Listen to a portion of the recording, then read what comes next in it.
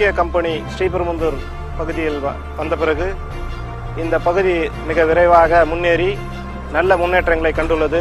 சென்னைக்கு அருகாமல் இருந்தாலும் ஒரு சென்னை போன்ற ஒரு தோற்றத்தை இப்பொழுது இங்கே உண்டாக்கி கொண்டிருக்கிறது. இந்த சுற்று வட்டாரத்தில் இருக்கக்கூடிய பல லட்சம் பேருக்கு இங்கே வேலை வாய்ப்புகளை வழங்கி கொண்டிருக்கிறது. தமிழ்நாட்டில் சொல்லப்போனால் இப்பொழுது பெரும்புதூர் எங்கே இருக்கிறது என்று கேட்டால் நோக்கியா கம்பெனி இருக்கும் இடத்தில் இருக்கிறது என்று சொல்லக்கூடிய அளவுக்கு உலகத்திலேயே ஒரு நல்ல பெயரை வாங்கி கொடுத்திருக்கிறது என்று சொல்லலாம். காஞ்சிபுரம் மாவட்டத்தில் நோக்கியா கம்பெனி வந்ததிலிருந்து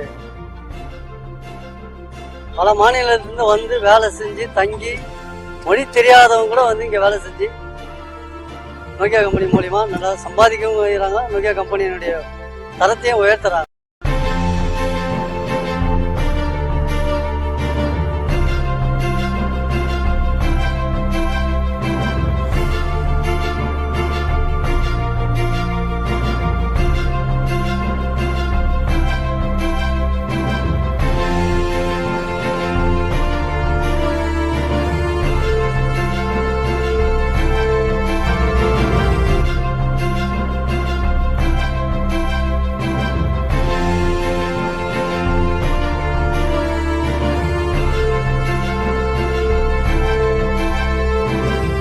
நோக்கியா கம்பெனி ஆரம்பிச்சிலேருந்து 5 வருஷமா கடை வச்சு நல்ல மூமெண்ட், வளர்ச்சி எல்லா இடமே நல்லா இருக்குது. இந்த கம்பெனி வந்த பிறகு நான் கடை வச்சிருக்கேன்.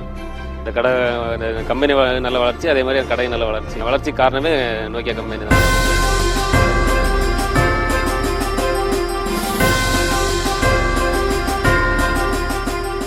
இங்கே வந்ததுக்கு அப்புறம் தான் நிறைய விஷயம் நான் தெரிஞ்சுக்கிட்டேன். இங்கிலீஷில் எப்படி பேசுறது, மற்றவங்க கிட்ட எப்படி நம்ம பேச கற்றுக்கிறது, எல்லா விஷயத்தையும் எனக்கு நோக்கியா சொல்லி கொடுத்துருக்கு.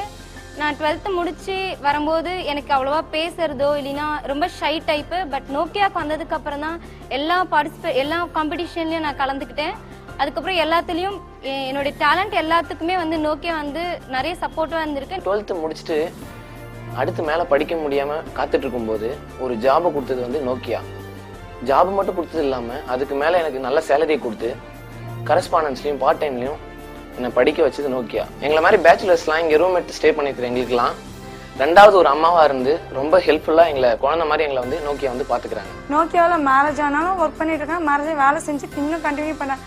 நிறைய பேர் குழந்தையெல்லாம் தூக்கிட்டு இருக்காங்க. நிறைய குழந்தைங்களுக்கு வந்து தேவையான ஹெல்ப் பண்றாங்க, உதவி பண்றாங்க, குழந்தைங்களுக்கு உணவு வாங்கி தராங்க. இதெல்லாம் எவ்வளவு பண்றாங்க. ஒரு கம்பெனி வேலை கொடுத்தும் சரி குழந்தையும் பாத்துக்கிறாங்கன்னா அது பெரிய விஷயம். இந்த கம்பெனி வானத்தை அண்ணாந்து பார்த்தாலும் மழைநீர் வரவில்லை, காகத்தின் எச்சம் தான் வந்தது, படித்தும் பயனில்லை, பதறாய் போனோம், ஏர்பிடித்த என் கையில் இன்று சம்பள ஏடிஎம், உடல் வேதனை வந்தால் சரி செய்ய மருத்துவ வசதி யார் தந்தது, நோக்கியாவின் தீப ஒளியாலே.